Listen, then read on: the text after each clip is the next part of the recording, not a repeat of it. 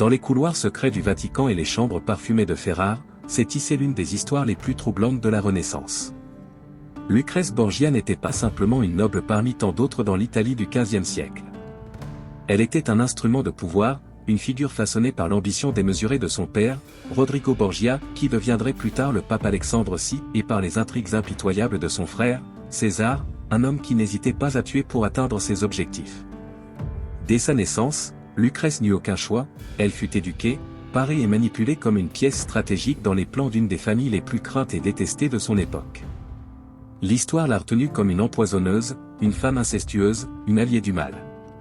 Mais derrière le mythe se cache une vie marquée par l'obéissance forcée, la trahison déguisée en amour et la menace constante de devenir le prochain sacrifice dans un jeu sur lequel elle n'avait jamais le contrôle.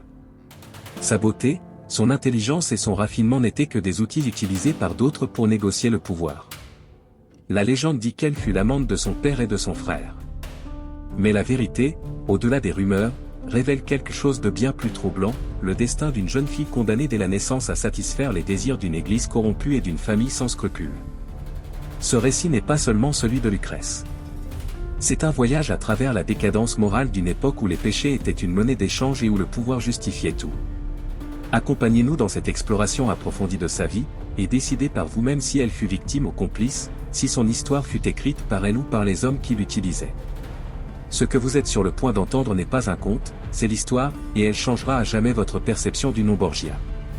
Lucrèce Borgia naquit le 18 avril 1480 dans la petite ville de Subiaco, loin des fastes de Rome, mais non par manque de lignée.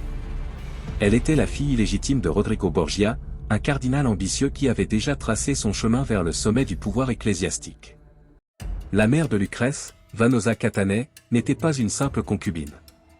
C'était une femme astucieuse et bien connectée, favorite de Rodrigo pendant des années. Pourtant, ni son affection ni les enfants qu'ils eurent ne suffisaient à rendre leur relation publique. C'est pourquoi Lucrèce vint au monde dans l'ombre, élevée avec discrétion et loin du scandale que représentait le fait d'être la fille d'un prince de l'Église. Dès ses premières années, sa vie fut soigneusement planifiée. Rodrigo savait que sa fille pouvait être un instrument clé dans ses futurs mouvements politiques. Il ne s'agissait pas seulement d'élever une jeune fille noble, mais de préparer une future reine du jeu diplomatique. Lucrèce fut éduquée par des femmes nobles, comme Adriana de Mila, cousine de son père, qui fut également sa mentor et confidente. Elle reçut une éducation bien supérieure à celle de la plupart des femmes de son temps. Elle maîtrisait le latin, le grec, l'italien et le castillan. Elle savait broder, peindre sur porcelaine, jouer d'instruments de musique et écrire avec éloquence. Elle ne devait pas seulement paraître vertueuse, elle devait l'être. Chaque geste, mot et regard en public reflèterait le pouvoir de sa famille. Mais derrière cette façade de raffinement se préparait un environnement familial marqué par l'ambition sans limite. Son père était déterminé à atteindre le trône papal, et lorsqu'il y parvint en 1492 sous le nom d'Alexandre VI, il transforma ses enfants en pions de son pontificat. À 12 ans, Lucrèce comprenait déjà qu'elle n'était pas libre. Son destin était une extension des décisions de son père et des ambitions de son frère César, un homme aussi charismatique que cruel, qui n'hésiterait pas à tout sacrifier pour le pouvoir, même son propre sang. L'enfance de Lucrèce n'était pas celle d'une enfant, c'était l'entraînement d'un instrument politique.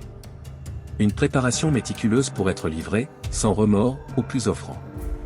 Et bien que son entourage fût rempli de luxe, de jardins, de musique et de robes brodées d'or, l'air véritable qu'elle respirait était celui du calcul, de la convenance et de l'obéissance absolue. Lorsque Rodrigo Borgia fut couronné Alexandre VI, le Vatican se transforma. Il n'était plus un centre de foi, mais une machine de pouvoir alimentée par des pactes, des menaces et des silences complices. Dans ce monde d'ambition débridée, Lucrèce n'eut ni enfance, ni jeunesse, ni droit de dire « non ». Elle devait devenir un instrument parfait, un reflet impeccable du pouvoir de sa famille. Pas parce qu'elle le voulait, mais parce qu'elle n'avait pas d'autre choix. Son premier mariage fut le test le plus brutal de cette réalité. À 13 ans, encore avec la voix d'une enfant et des rêves innocents, elle fut donnée à Giovanni Sforza, héritier d'une puissante famille milanaise. Il n'y eut ni cérémonie spirituelle ni vœux sincères, c'était un pacte politique froid, où la dot représentait l'influence et l'autel, un champ de bataille diplomatique. Lucrèce savait qu'elle n'était pas aimée. Mais le plus triste était que l'on n'attendait pas non plus qu'elle aime. Sa valeur résidait dans son nom, et dans son utérus. Giovanni n'était qu'une pièce sur l'échiquier, et lorsqu'il cessa de convenir aux Borgia, il fut éliminé avec la cruauté d'un bourreau souriant. Rodrigo et César l'accusèrent d'impuissance pour justifier l'annulation. L'honneur de Giovanni fut détruit publiquement. Et Lucrèce, malgré sa compassion, resta silencieuse. Un silence qui n'était pas de la lâcheté, mais de la survie. Cette trahison fut son premier crime sans sang, mais pas le dernier. Cet épisode fut une leçon de pouvoir déguisée en scandale. Elle comprit que la vérité était malléable, que la morale était une illusion, et que son corps, son nom et ses émotions seraient utilisés encore et encore par ceux qui disaient l'aimer. L'enfant obéissante disparut peu à peu. À sa place commençait à se forger une femme au cœur blindé et au regard entraîné à lire le danger avant qu'il n'arrive. Après l'humiliation publique de son premier mariage, Lucrèce aurait pu se briser. Mais à la place, elle devint plus silencieuse, plus calculatrice, plus dangereuse. Elle apprit à se déplacer comme une ombre parmi les intrigues, à interpréter les gestes de son père, à anticiper les impulsions violentes de César. Puis vint le second mariage. Cette fois, non pas avec indifférence, mais avec une lueur d'émotion réelle. Alphonse d'Aragon, jeune, galant et aussi pris qu'elle dans les filets du pouvoir, fut choisi comme son second époux. Au début, il semblait différent.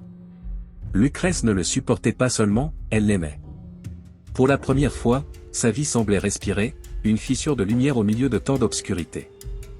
Mais dans les palais du Vatican, il n'y avait pas de place pour les fissures. Il n'y avait pas de place pour l'amour. César le savait, et chaque geste entre sa sœur et Alfonso éveillait en lui une rage silencieuse et venimeuse. Ce n'était pas une simple jalousie fraternelle. C'était de la possession, du pouvoir, un contrôle absolu sur la seule personne qu'il ne pouvait peut-être pas manipuler complètement. Lorsqu'Alfonso commença à représenter un obstacle au plan politique des Borgia, notamment à cause de sa proximité avec la couronne de Naples et de sa résistance aux intérêts français, la décision fut rapide. César devait s'en débarrasser. Rodrigo approuva. Lucrèce fut la seule à tenter de l'empêcher. Une nuit, désespérée, elle révéla à son mari le plan que son propre sang avait conçu pour le tuer. Elle parvint à l'aider à s'échapper. Pendant des jours, ils vécurent avec la peur tapie à chaque coin. Mais le Vatican était une cage sans issue. Ils le capturèrent, le poignardèrent sur les marches de Saint-Pierre et, alors qu'il agonisait encore dans son lit, ils l'achevèrent pendant son absence, croyant naïvement que le danger était passé.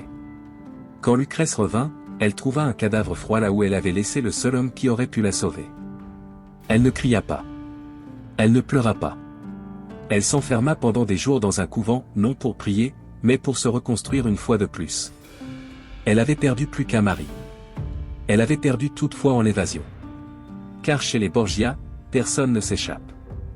On se transforme ou on se brise.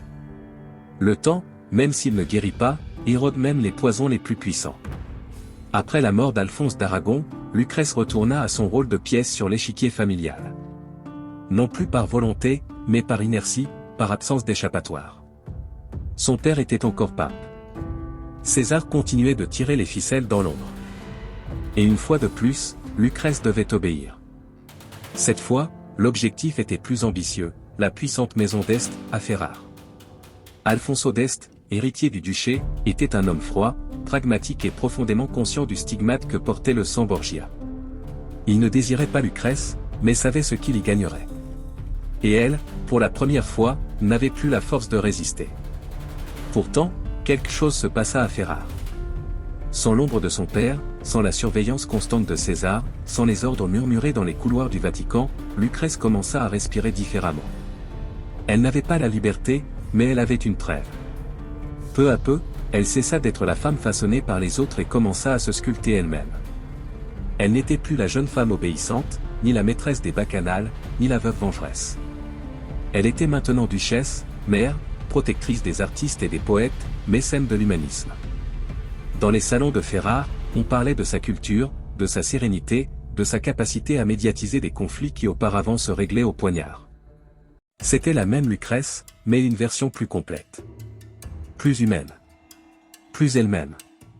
La légende noire ne disparut pas, mais à Ferrare, elle commença à s'estomper. Les ennemis qu'il avait décrites comme incestueuses, venimeuses, diaboliques, parlaient désormais d'une femme sensée, modérée, dévote.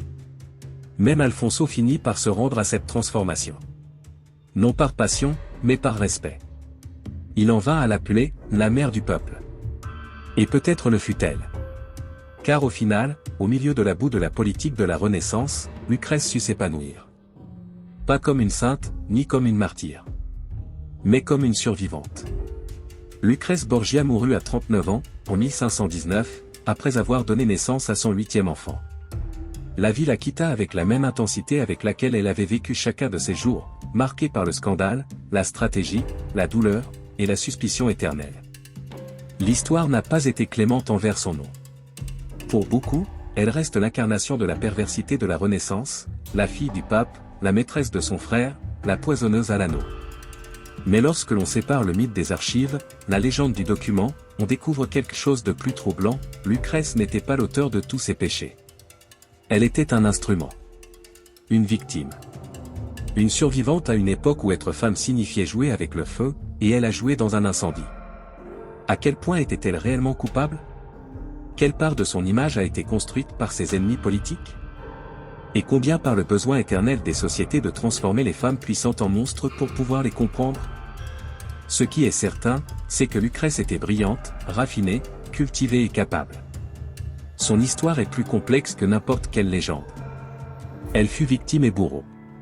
Pion et reine. Sainte pour certains, et démon pour d'autres. Même des siècles plus tard, sa figure continue de provoquer. Car derrière le nom Borgia, parmi la fumée des poisons et les ombres des scandales, se trouvait une femme de chair et de sang, piégée dans les fils d'un pouvoir auquel elle n'avait jamais demandé d'appartenir, mais qu'elle sut dominer, jusqu'à la fin. Si cette histoire vous a marqué, aimez-la, partagez-la avec quelqu'un qui aime l'histoire sans filtre, et abonnez-vous pour continuer à découvrir les visages cachés du passé. Car comme le disait Alexandre VI lui-même, il y a des choses qui n'ont pas besoin de permission pour être faites. Et souvenez-vous, un peuple qui ne connaît pas son histoire est condamné à la répéter.